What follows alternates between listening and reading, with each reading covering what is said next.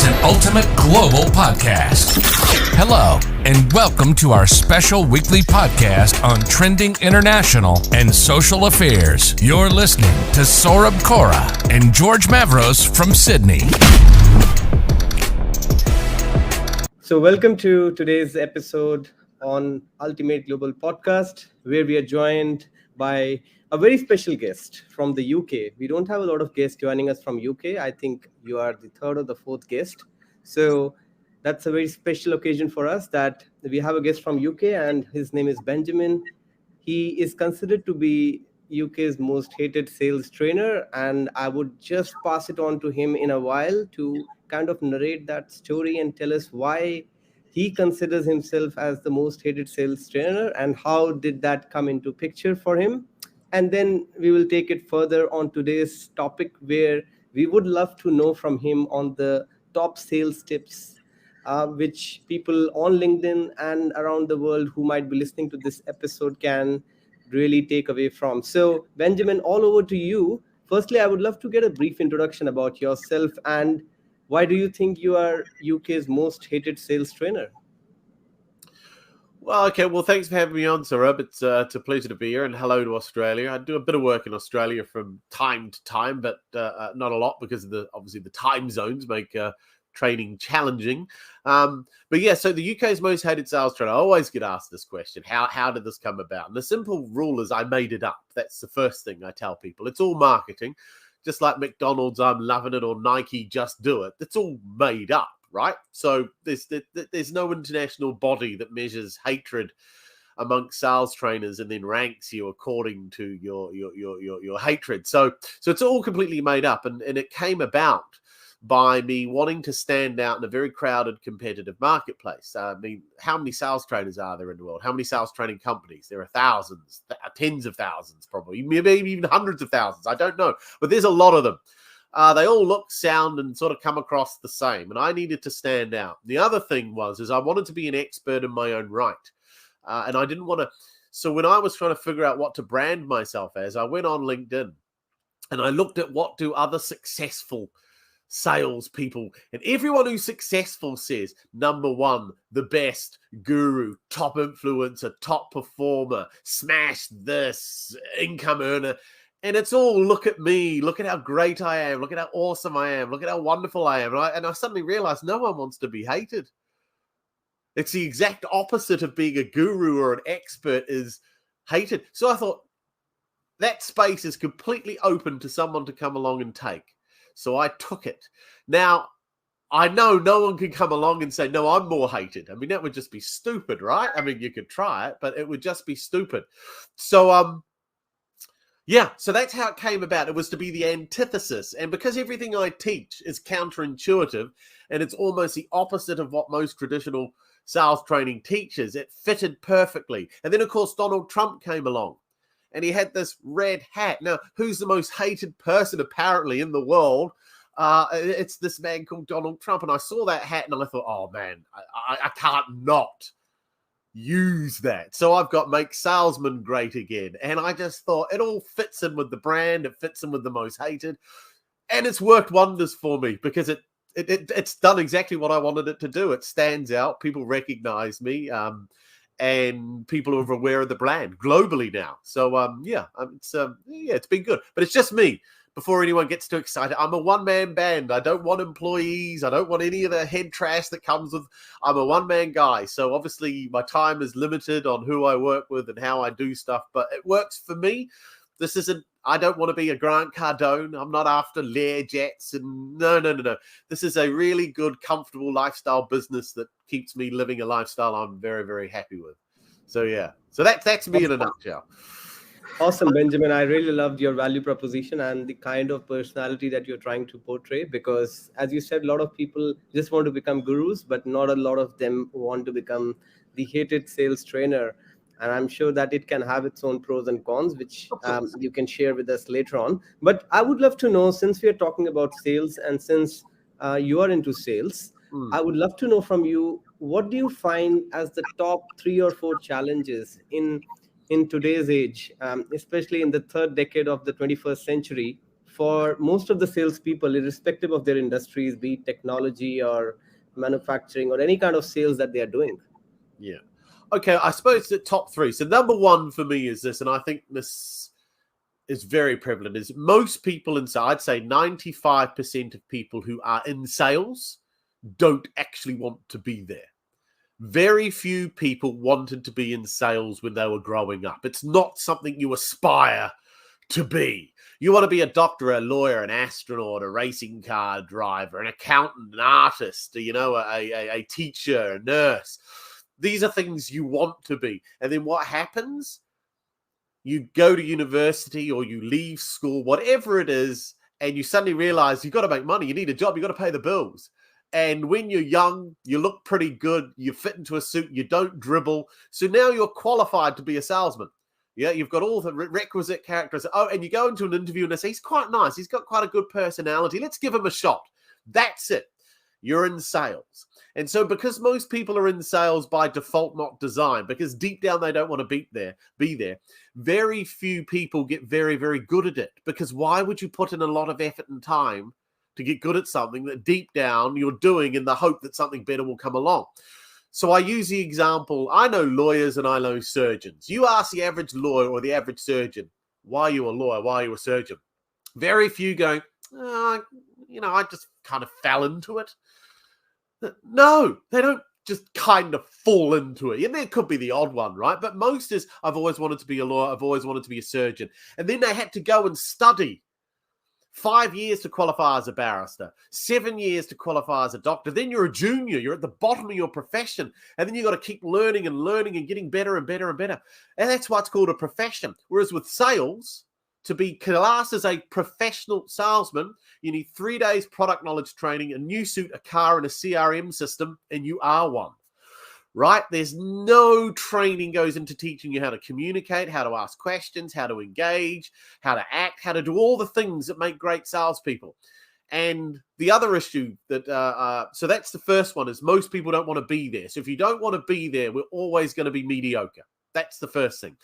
The second one is, and it's sort of linked to the first, is most salespeople are attached to the outcome. So when they're prospecting, got to get a meeting, got to get an appointment. When they're selling, got to get a deal, got to get a sale. So because you're so focused on the outcome, you very rarely look at what you're doing to get there. Now, professionals are the opposite. They want outcomes that are favorable, but they also know that some outcomes won't be favorable. So again, surgeon or lawyer. At the beginning of a trial, I don't know what the jury's going to do when they get sent out to make their deliberation. I have no control over that jury once they're free. So whatever the outcome is I can't attach myself to it because I don't know. It's either going to be guilty or not guilty or a mistrial. It's going to be one of those three things. And I'm aiming to get a mistrial or I'm not guilty if I'm defending someone, right? That's what I want.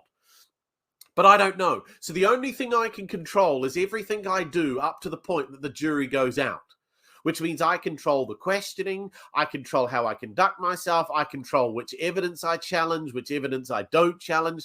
So I control all of that. And if I do that well and competently, the outcome at the end, regardless of whether I like it or not, should probably be right. And I look at selling as the same thing. Selling, getting someone to buy from me is a great outcome, but it's not necessarily the only outcome I'm happy with. I'm happy with a qualified no. If we go through my process and it comes apparent that I'm not a fit or I'm not right, then I don't mind a no because fine. But if I look back at what I've done and realized I lost a deal that I should have won and it's because of something I did, then I'm annoyed. That's when I get upset. So that's the other thing that I think holds sales, but they're too attached to the outcome. And if you're focused on the outcome, you don't look at what you're doing to get there. And that's not professional. And what would be the third thing? I think the third thing is social media. And I think people have been conditioned to believe that selling is really, really easy. All you've got to do is write some stuff and put up some stuff and people will come to you. And younger people in particular have been, I didn't have social media. And I thank God social media did not exist when I was under 20. Because I think it would have ruined my understanding of how the world really is. And it's not a wonderful, perfect place where everybody's successful and happy and living these awesome lives. That's just a lie created by the social media image. So what you got to appreciate is selling is hard. You've got to get good at it. Yes, you'll have some good luck when you first start. Most salespeople start off well. It's once you hit the 12-month mark in that you start to just plateau out, and then it just feels like the same thing over and over again, day in, day out. And that's because people are so used to getting a quick fix. Well, I posted this content, it was great, but I got no leads. Yeah, and so everything's become very personalized. And again, if you want to be a professional, you have to detach yourself personally from what you're doing. And I think social media has extremely personalized everything. It's made everyone look at me, love my content, love me, now buy from me. That will work for a handful of people in a few instances. For most of us, you're going to have to work really hard at creating a presence online that's going to make people trust you and believe you're competent. And that takes years, not a matter of months. And I think that's another reason. Too many salespeople think that this is going to be easier than what it is. So I'd say those are the top three. Probably loads more, but that's off the top of my head. Yeah, thank you so much for sharing those ones. And I think I can definitely vouch for that, because a lot of salespeople look for shortcuts as well. They don't want to kind of work hard on the leads and want to, get the deals done quickly so that they can hit their targets. As you said, that the focus is on the outcomes and not on the process, not setting the process correctly rather than focusing on the outcomes. I also want to know from you one more thing. Apart from challenges, another thing that we look at sales, whenever we look at any salesperson, is what kind of skills do they possess? Now, skills don't have any correlation with any of your degrees that you possess. Skills is something which any 18-year-old can also possess, similar to a 27-year-old. Depends upon what's your ability to work through your gates. Now, I have seen that how the sales skills have changed over a period of time. Like, we used to network on different kind of platforms 10 years back, and now networking has completely changed through portals like LinkedIn and these kind of things coming in. I was also listening to a few people in the sales arena where they were talking about social selling as one of the key metrics to sell their products. So what do you think are some of the top skills that any salesperson should have? Well, fundamentally, the top skills haven't changed. The first one, and it's going to sound like a cliche, and it's going to sound like, yeah, well, everybody says that. But I don't think people quite explain it properly. And the first skill is listening. And what I mean by listening is when we're out in the real world selling, we're up against a system designed by prospects to turn us into free consultants. Prospects will deceive you. Yeah, so as a prospect, I can tell you anything that I want, and it doesn't have to be true. So I can tell you I'm the decision maker when I'm not. I can tell you I have budget when I don't have budget. I can tell you I have no money when I've got plenty of money. I can say I'll think it over and never think of it again. I can say it's urgent when it's not urgent, and I can say it's not urgent when I really need it. So there is nothing I can't say as a prospect. A lot of salespeople don't realize that. So I know from the moment I get in front of a prospect, they're trying to manipulate me to some degree. Now, they don't mean it, because we've been trained to behave this way. We all were taught how to be buyers. No one taught us how to sell. And as a buyer, the first thing you do is tell the salesman what they need to hear to come in and talk to you. Then all you do is pump them with questions to get information from them that's going to help you either make a decision or help you go online and buy this product somewhere else cheaper. So you want to use the salesman as it's almost a biological Google. You need to pump the expert in the area that you're interested in. And then once you've done that, the salesman is going to try and close you. I know this. So I've already planned how to get out of this. I misdirect. I give some sort of lie. Well, I've got to discuss this with my boss, or I don't have any budget right now, or, well, we can't make a decision until the end of next month. So I give some reason why I can't buy from you, because you've kind of given me what I want to know in this meeting, or I think I need to know. And then I fob you off. Well, can you send me a proposal? Can you send me a quote? And the salespeople do it, and then they end up chasing and chasing and chasing. So we have to avoid doing all of that. And I think that salespeople don't realize they're in this game. They think you just show up, throw up, and hope, and you do enough of that and you'll sell. And you will. You throw up on enough people and someone will say, I like it.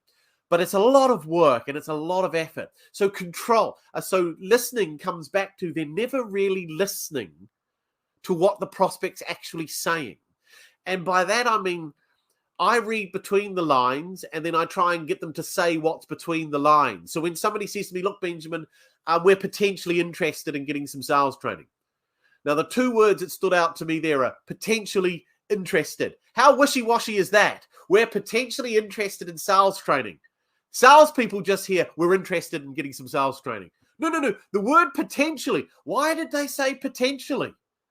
What does that mean? So I want to dig. So when you say potentially, did you mean to say you don't know or you don't want sales training?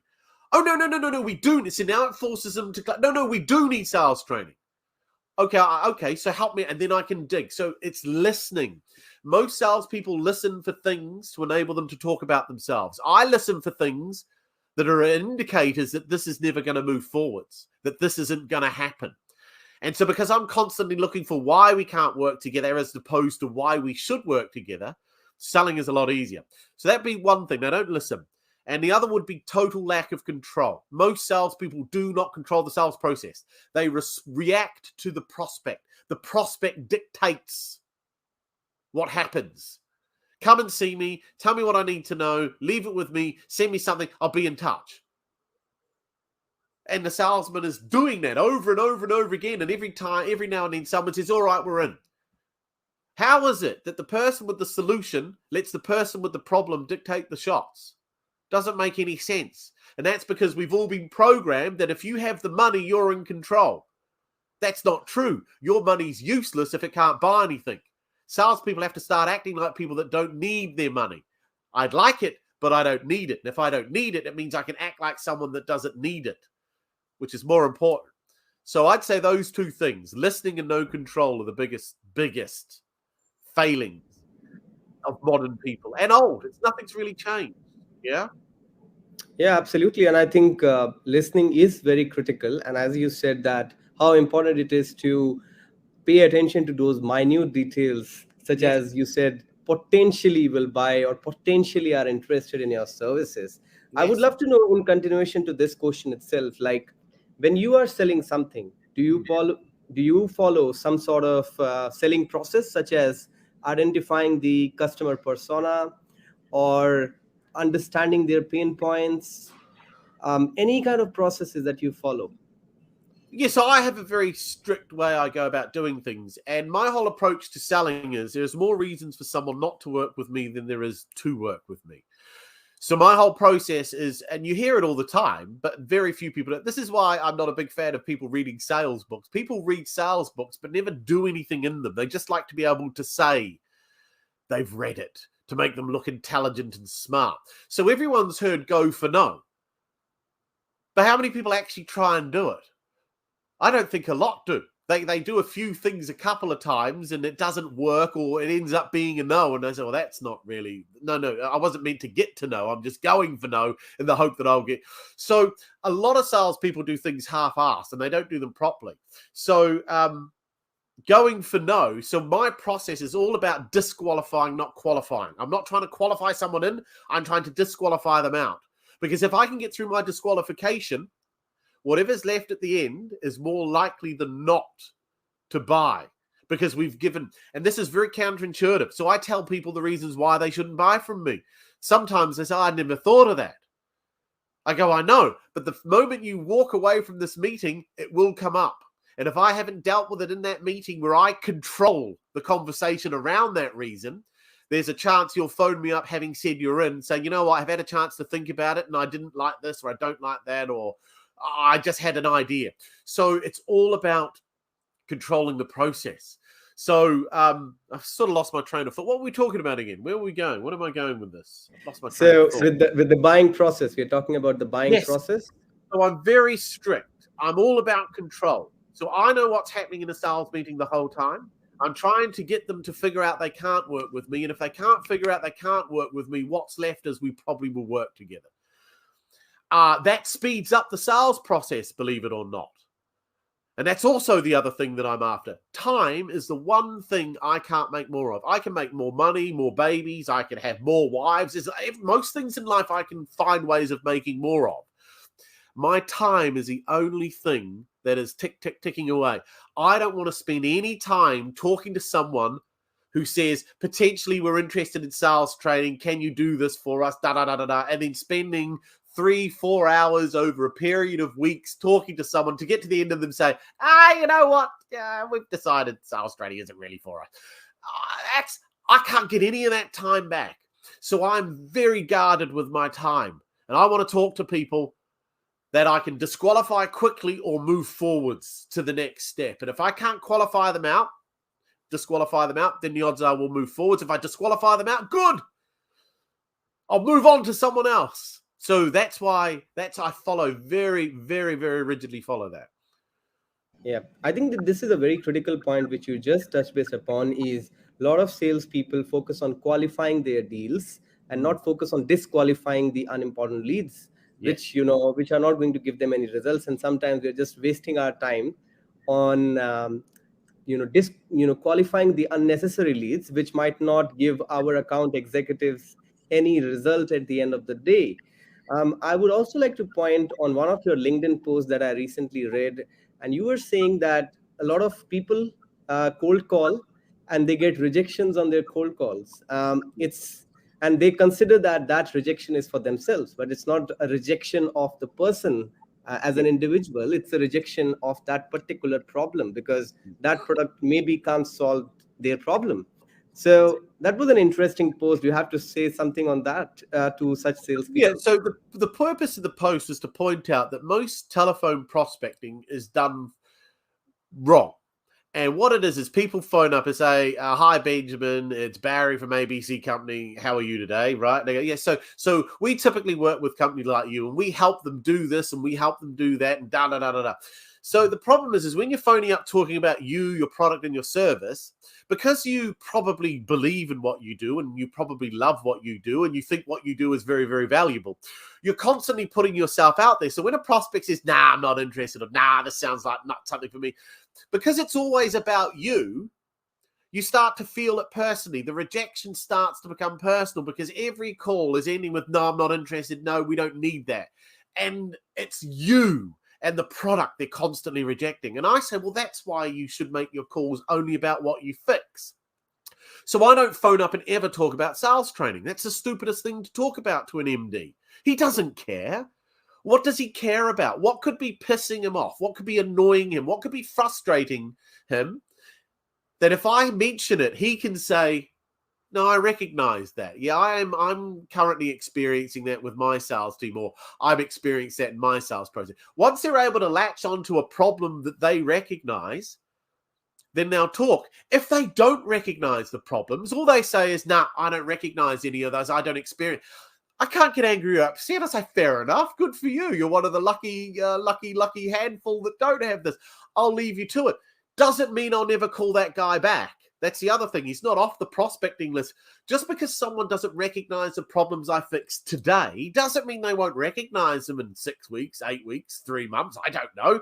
This is why we prospect. We don't know at what point in the business cycle we're going to talk to the person that can recognize the things we fix, because you might catch them in between. So I can phone an MD and mention one of the biggest things that pisses them off is the fact that you got sales guys that are reluctant or not motivated to pick up the phone. So many say, I recognize that. So a lot say, I don't recognize that. But you talk to the same guy 3 weeks later and he goes, yeah, I recognize that. When you ask why, he'll say, yeah, well, literally last week, I walked through the sales floor, Tuesday afternoon, 30 guys, silence, nobody on the phone. Now, the week before I'd phoned him, he hadn't walked through the sales floor and experienced it. 2 weeks later, he has experienced it. So when I say it, he goes, yeah, I recognize that. So then we can have a chat. So this is why I said, if you phone up to talk about you, your product or your service or how you help, and then people say, I'm not interested, it starts to hurt. If you only phone up and talk about these are the 3 things we typically fix, not exclusively, obviously, but these are the 3 main reasons companies like you invite us in. And if they say, nah, don't recognize it, fine. Good for you. That doesn't hurt me in any way. and I move on. So that was the point of the post. Stop talking about what you do. Nobody cares.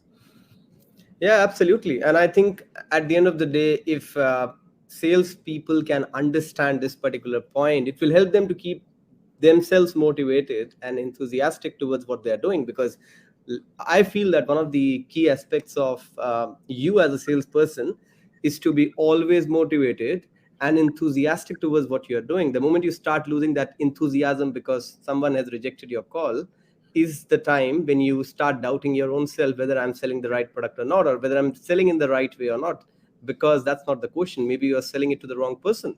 That's not the right person for your product. So are you selling to the right person? Are you selling the right product to the right industry? So I think that's the biggest thing. But before we end today's podcast, I would love to ask you one last question for any new salespeople or even the existing ones. I'm sure that a lot of existing salespeople also commit mistakes, and new salespersons who are coming into this job profile would want to know any suggestions from your side, from your experience. Yeah, I'd do this. And most people won't like this, but it's true. Most people who are in sales have absolutely no idea why they're there or what they're doing. They're just told, you've got the gift of the gab, just keep saying the script over and over again, you'll get better and better, and eventually people will buy. Now, you meet the average lawyer or surgeon, and you ask them, how did you become a lawyer? How did you become a surgeon? Very few say, well, I fell into it. You don't fall into being a surgeon. You don't fall into it. Why? Because you have to study for 5 years and all of this. So this would be my advice. If you're in sales, you need to invest your time and your money, not your employers. It's not their job to educate you. You go away. And I don't care if it's Grant Cardone, if it's Spin, if it's Zig Ziglar. I don't care. Fund training. Get really, really good at one of these processes, and at least you can call yourself a sales professional. But don't sit back and just hope that you'll get better. Yeah, because you won't. And it's a very miserable life being in sales, just eking by. I call them at leasters. You know, at least I just hit target. At least I just missed target. At least I'll be able to make it up. You don't want to operate on a 7 out of 10 your whole life. You know, you want to get to 9, 10 out of 10, right? But at least just meander through. And that's the average salesman. But if you don't want to be the average salesman, spend your own time and your own money and figure out how to get good. That would be my advice. Otherwise, never ever moan about your job or how much you're earning, because you have no right to, because you haven't done anything about it. Well, thank you so much, Benjamin. I really appreciate your time to spend with us and share these useful tips on sales. And some of them were really useful for me as well, which I would try to apply in my day-to-day life. And I guess every listener who will listen to this will have something or the other that they can learn from out of this episode. So thank you so much. And I would also like to invite you to our 1 year get together, because Ultimate Global Podcast was started on the 30th of August last year. We have been inviting more than 100 speakers in this podcast from all around the world. So I would like to invite you to that evening as well, where you get a chance to network with other speakers and the listeners of this podcast. And possibly we can also have some sort of award, which kind of ask people on which episode they found most insightful. And that can be a People's Choice Award for this episode. So thank you so much, Benjamin. I look forward to seeing you again in another episode with a different topic. Thank you very much, Sareb. I appreciate your time. Thank you. Thank you.